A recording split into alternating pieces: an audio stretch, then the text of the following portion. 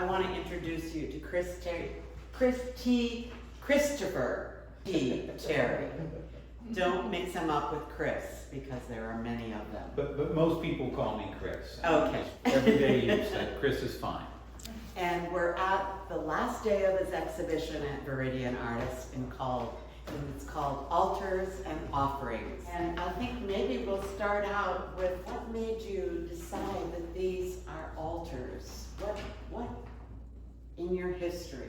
Well, perhaps? of course, somebody else told me they were altars. It was just a thing that was kind of bubbling up inside of me. I was making these paintings, and at some point somebody mentioned, oh, they look just like altars. And I thought, oh, wow, now I get it. I mean, but really that was, Well, you said it was they somebody also- else who told me. And it also fit with some of your childhood background. Oh, absolutely. I was an altar boy, so the whole idea of ritual has always intrigued me, and the mystery that usually surrounds ritual, like there's something kind of mystical going on. Right. And And of you've course- enhanced that by having very unusual objects as your altar pieces, I think. Well, things that you wouldn't expect to find Right. on an altar. I mean, you know, like the paper cup, where it's a little bit like a chalice, but it's just a paper cup. I think it came from Starbucks. Right. Yeah, very unexpected. And I've made a lot of paintings where I put things like the disco ball into a painting, that things that are not what you expect to see as the subject of art with a capital A. Right.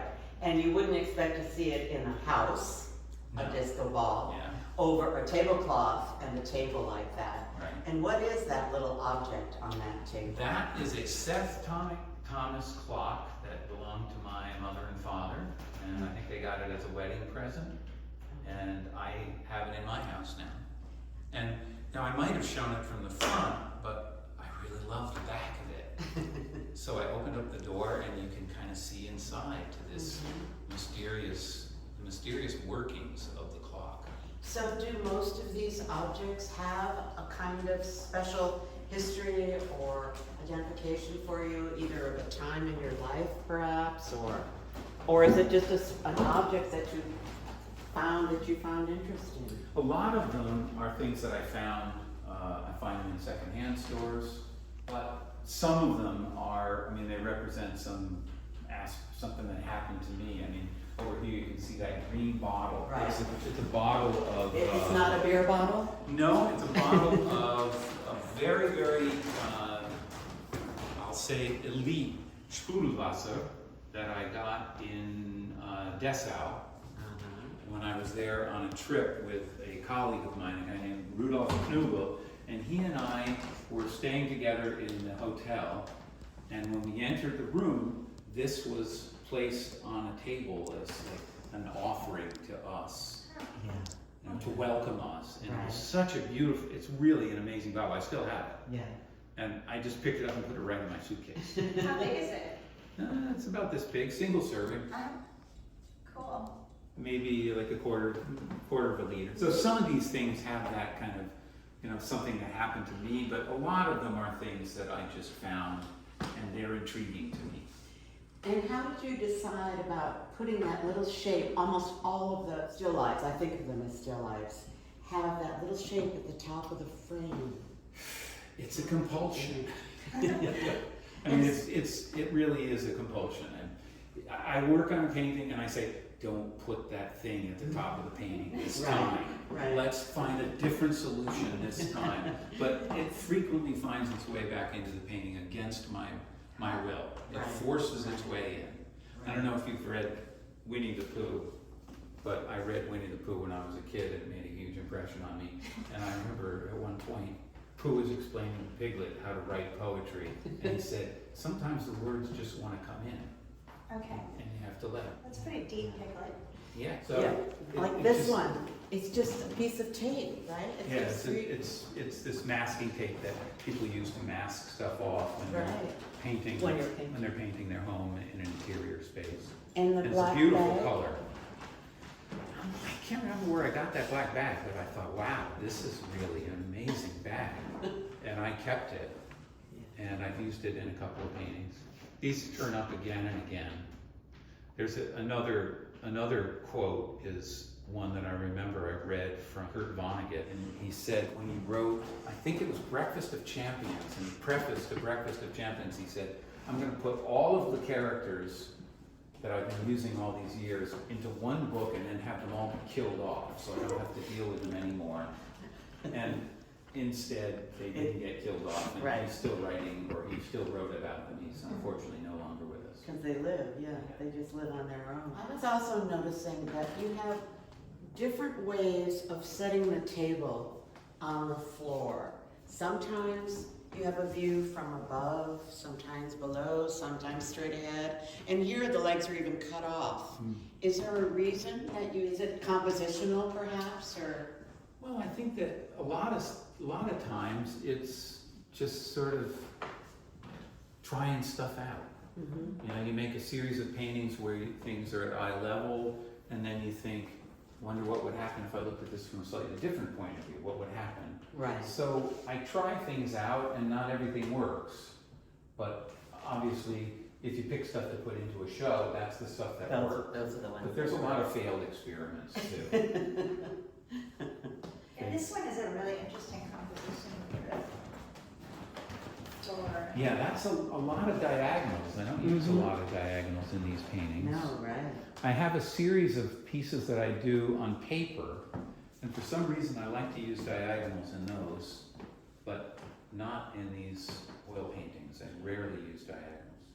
This has a really interesting depth in the back. Yeah, and depth is a thing I almost never do. Yeah. When I tried to do some landscape painting, that really freaked me out. I mean, what do you It's do endless, yeah. with all that depth? It's really scary. So I like it if there's a big wall in the background and you can just end the space. I'm also curious about your color because the light, it's not real light in a way. It's like, I mean, like some of these bluish ones are almost like that 4 o'clock in the afternoon light that I love in my studio. Do you take photographs? Dare I ask that question? Yeah, sure. I do take photographs. I don't look at printed photographs. I find that always bogs me down. There's too much detail. Right. I can see way too much. Well, I would think you'd be But taking it in your home, that you'd set it up. That's what I was imagining. Yeah, I can't do that, and I don't think I would want to. I don't have anything like that kind of space. And they would have to remain up for a period of time. I work on 3 or 4 paintings at a time, and so for all kinds of reasons, that would never work for me. So I do take photographs, I make drawings, but then I also actually have a lot of these objects, and I can literally pick them up and hold them in my hand. Mhm. So it's a combination of memory and invention and direct observation and photographic evidence, and then stuff that you get by drawing. I make drawings of things frequently, and that can be really helpful. But I only look at the 35mm slides. That gives me a really good impression of the feel of the space without seeing all the little teeny tiny Right. bits and pieces that get in the way from I mean, I'm just looking at this, and there's like this little gourd at the edge of the table. There's this paper bag with like a fan thing in front of it, and then just the edge of the window, this chair. I don't know, maybe he was looking out. I mean, it tells a story of some Definitely, sort, yeah. you know? They're very narrative, and you could ask people to write stories about each painting and then find out unbelievable things about them, I think. And Or maybe about you. I thought they were at your home too. Yeah, me too. Well, all of the spaces are invented. I mean, none of them are real as you see them, but they all include architectural details from my house or other places that I've been. And that's the first painting that I completed after moving to Rhode Island, and I wanted to put this Rhode Island landscape in. Ah. So that's why that landscape. But you didn't want to do a landscape really, so. Well, I did some of those too, but none of those are here. But I really like the idea that you could see that landscape out the window. Right, right. Another kind of depth. And the light. This is another one that I love, the light, the way it kind of glows. The window glows. Yeah, well, I mean, it really did. I mean, it was an experience of waking up in the morning and seeing that. I was actually in a hotel room, and so I woke up and it was there. And I had gone to bed at night, and it didn't look like that. Right, right, it was another place, yeah, yeah. So I jumped out of bed and immediately started making drawings. So this is from memory and from drawings, it wasn't, you didn't take a photograph? Oh, I made some photographs too. Okay, all right. Yeah, any kind of information I can get, and for something like this, I might have as many as 20 different photographs, because you don't know which one's gonna really have the piece of information that you want. And then when I put it all together, I never took a photograph of what we see here, because the photographs were all just like little snapshots. They weren't really very good. Right. I'm not a photographer, so I didn't do a good job of photographing this, but I used the information from all these different photographs, and then I was able to put it all together in a way that I wanted. How can you make, it seems like the light is always right, too. Well, thank you. So the objects are really part of the original conception of is that how it starts? So you have the object and then you want to create the environment, or not so much? Well, I think it might go the other way around. Okay. I mean, this is an example of where I woke up and there was this, and this was the environment. I got it. And Yeah. those objects were not there. It was a really cheap hotel room in Berlin. And there wasn't anything in there at all except a really tiny bed. Got it. But I put in the stuff that I always put in. Okay.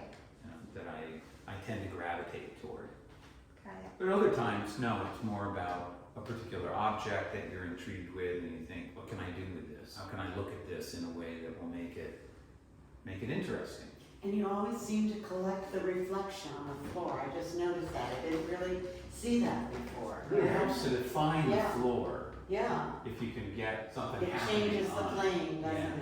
And it helps to define that plane. And I always find that's very important. If I can't get that, then it just looks like mush. So I look for things that allow me to define that plane. Do you have a favorite? Oh, I really like this painting here, but it's a favorite for today. Whether it will be a favorite in a week, who knows? Is there a reason in particular why that's your favorite right now? I don't think so, no. I think that's just an emotional gut reaction kind of thing.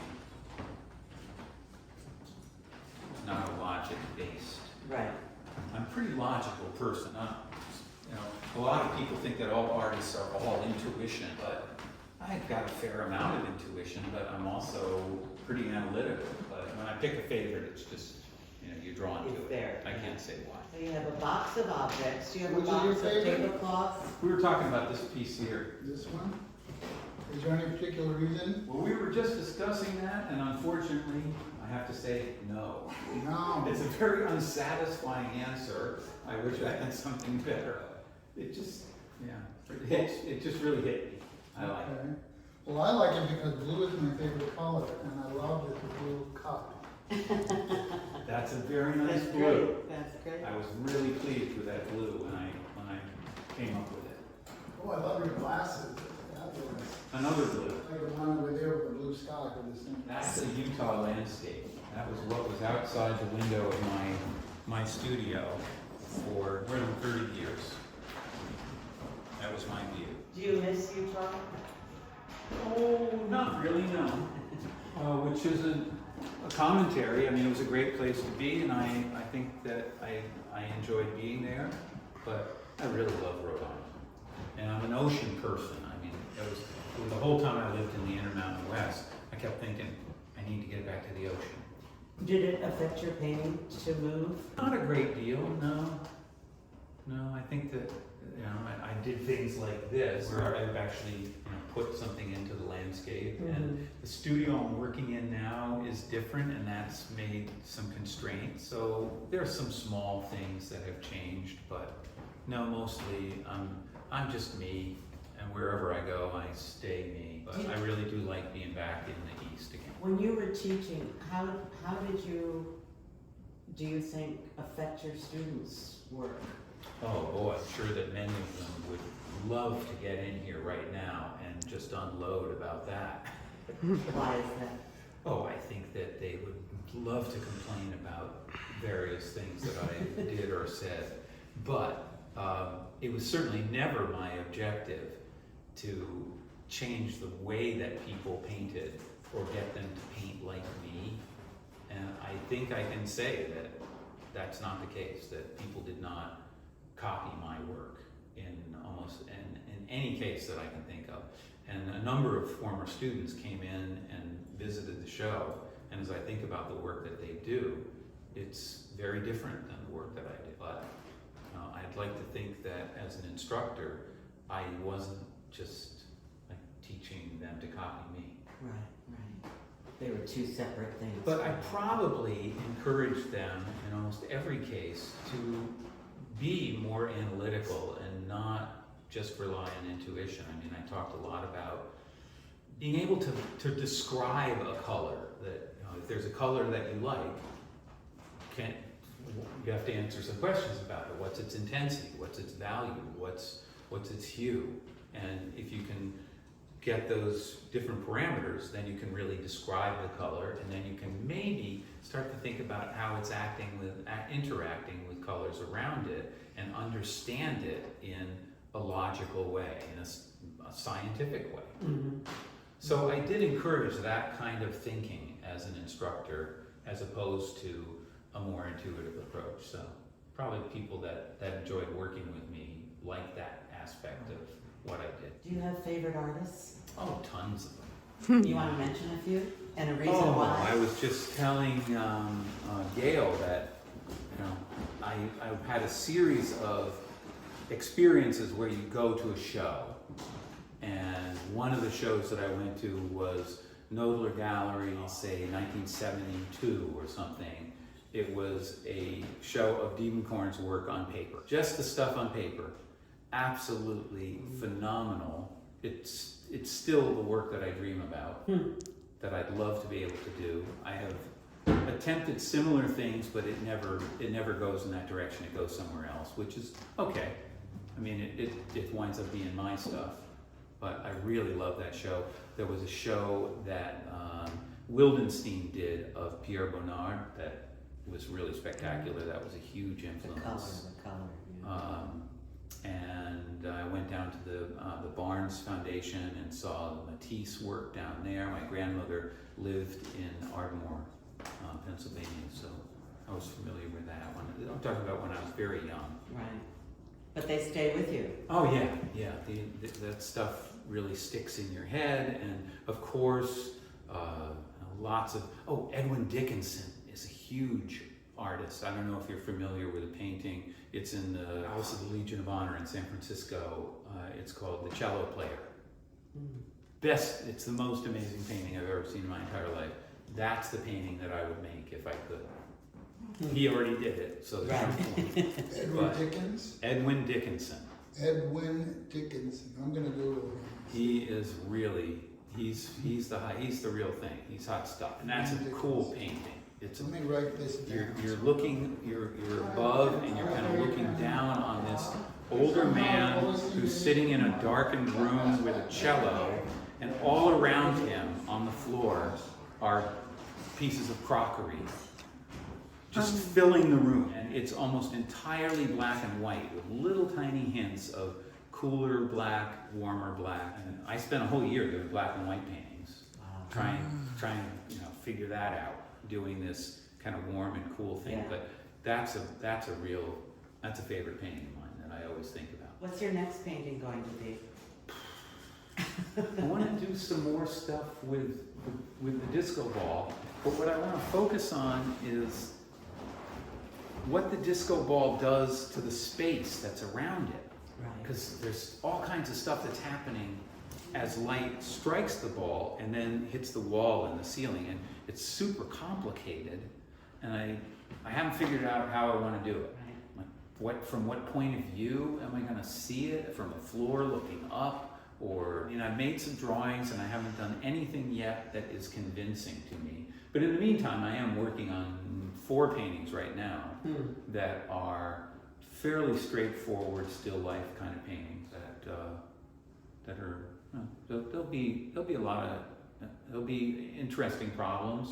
But the next big project is this disco ball and what it does to the space around it. And And I the can't light. predict when I'm gonna get to figure out how to do it. Gail? When you do your work, how far back do you, it seems like when you're standing pretty far back, the light does something very different than when you're closer up. And I'm guessing that when you're evaluating your work, you step back a lot to get the reflected light and that sense of atmosphere. And, Yeah, certainly. Yeah. I probably walk about 14 miles a day, just back and forth Right, and back yeah. and forth. Yeah. And the studio I'm working in now is actually pretty small. Mhm. I mean, I know a lot of painters would not be satisfied with it, but Yeah, it's- you would need to go pretty far. I can get far enough back. I've got a bay window. It's in a very old house, Uh-huh. 1890s. And there's a Yeah. bay window that opens up, so I've got a little bit more extra space. I can get far enough back to do these paintings. I'd have trouble if I was working on something bigger. Yeah, yeah, because you really capture the sense of the fabrication, you know, the surface, the different, like this painting, really nailed ceramic, metallic, fabric, you know, just you got all those distinguishing characteristics in there perfectly, and yet in that one there, you sort of let them be hidden so you could create that other atmospheric effect. I think that these two are my favorites. Just really, Thank you very much.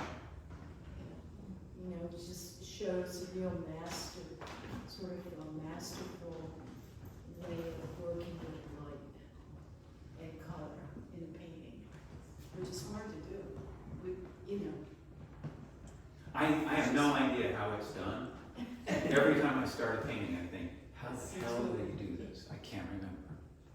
It's just, you just have to have a certain amount of faith, and you start, and you do the next thing, and the next thing, and then things happen.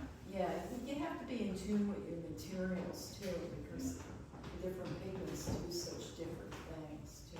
Which way, you know, do I use here, which blue? You know, I can see you putting your cadmiums in there for the glow. Nothing else will do that. Yeah. No, it's very satisfying to me to look at I think you've told us all of your secrets. Are there any others that you want to reveal before we? No, I can't think of a one. Thank you so much. Well, thanks so much for asking the question.